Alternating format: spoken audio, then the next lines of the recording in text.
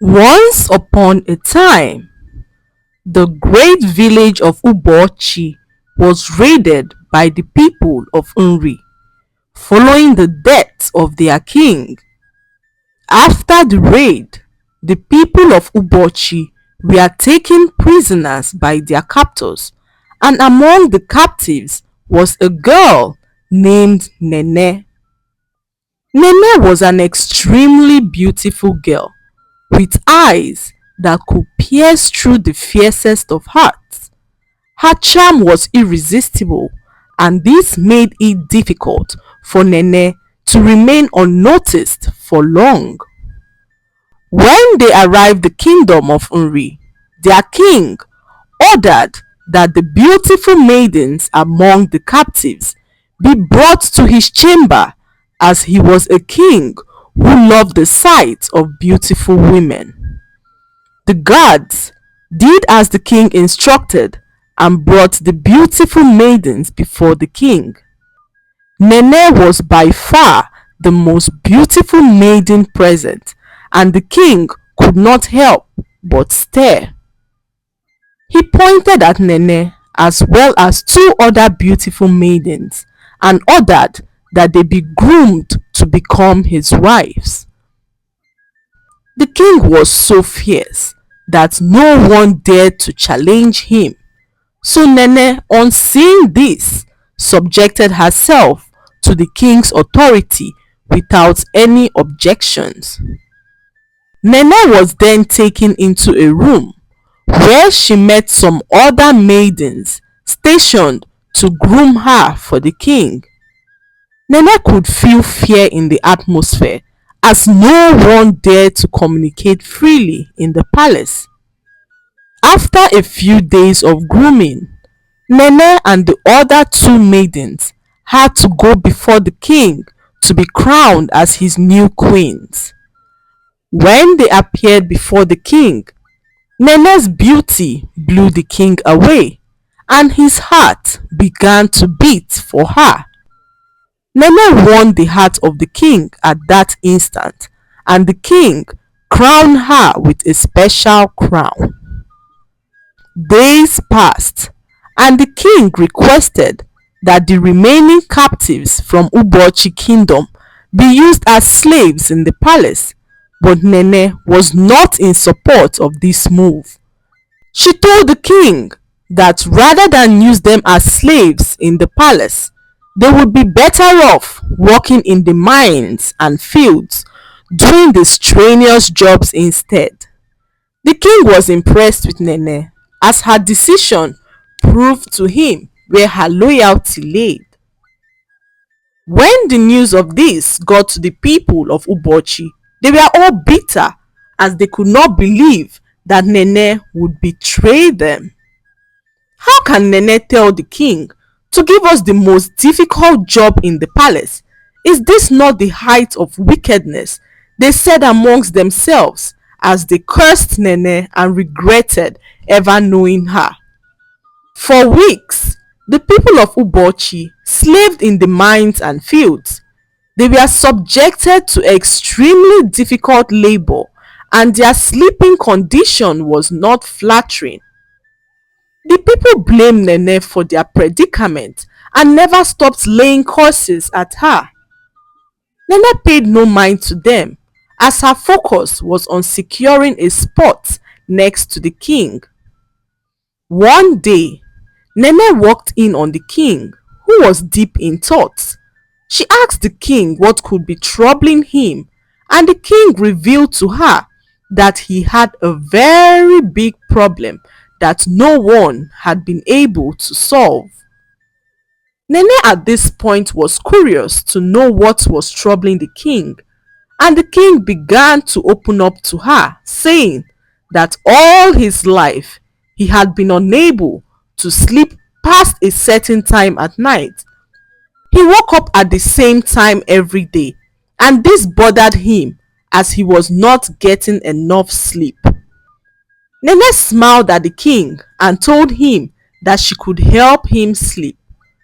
The king laughed and said that nobody has been able to help him sleep all these years. All the herbalists in the village had tried, but still he woke up at the same time every day. Nene smiled at the king again and told him not to worry, as she would make him sleep tonight. The king then promised Nene that if she succeeded in making him sleep past the time he usually woke up every day, Nene would sit at his right hand as his favorite queen. What this meant was that Nene would be the second in command after the king, a position no one had occupied since the king lost his mother many years ago. What the king did not know was that Nene specialized in herbs and had learnt the craft from her grandmother, who was a very powerful herbalist in their village. Nene then told the king to allow her wander into the fields and forests to gather the required herbs she would need, and the king granted her the permission. By nightfall, Nene was done preparing the potion and headed to the king's chamber. She gave him some to drink and smeared some on his head, chest and feet.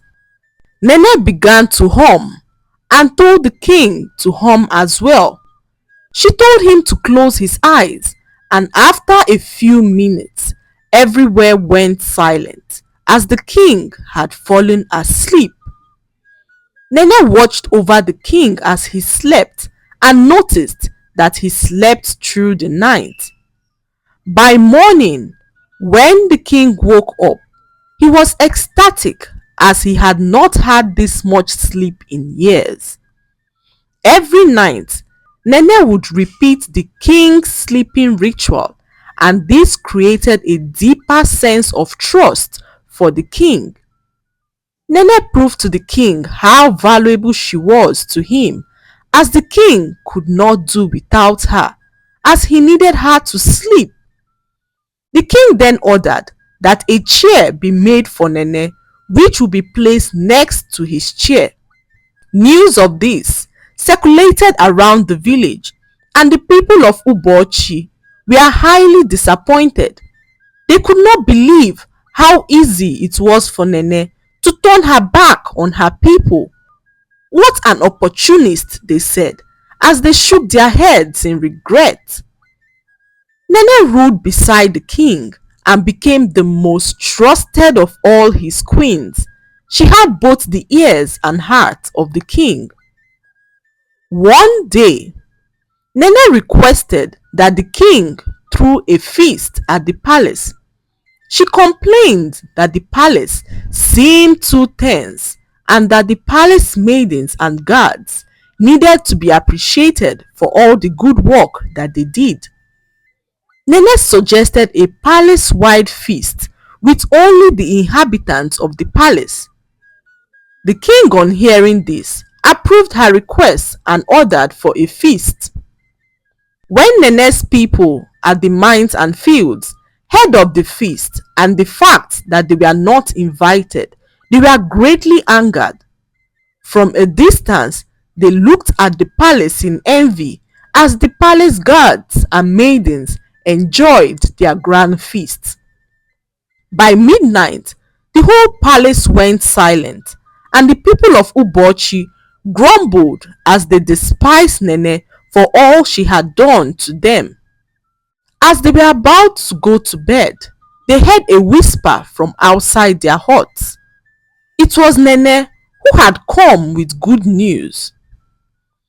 Whilst the people of Ubochi thought that Nene was working against them, she was, however, hatching her plan to set them free.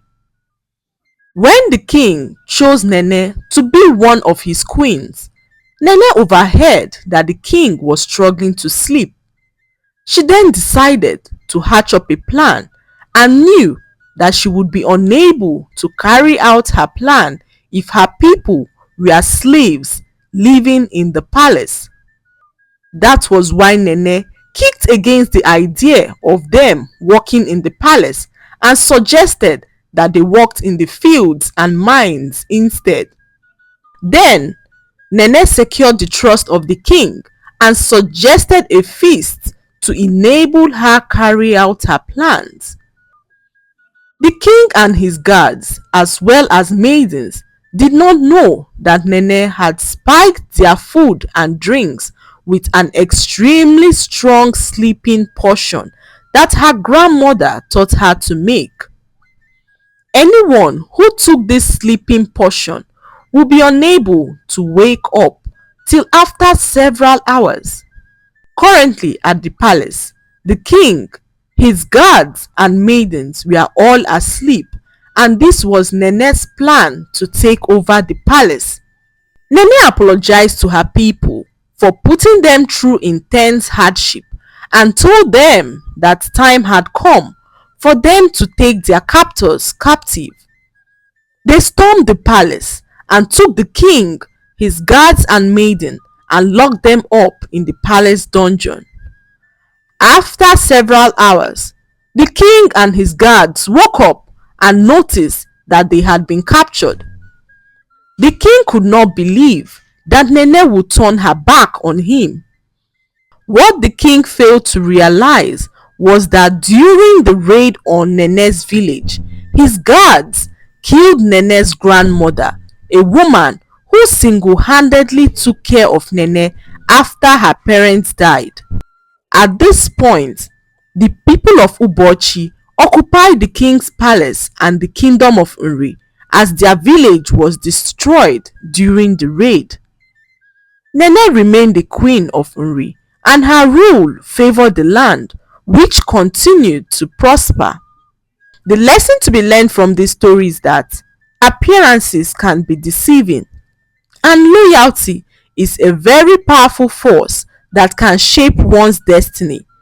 The story also demonstrates that true loyalty often lies beneath the surface, and individuals may make choices that appear contrary to their origins for a greater purpose.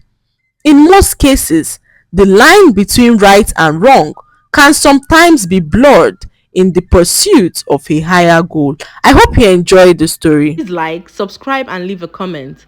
It helps us grow our channel. I'll see you in our next story. Bye.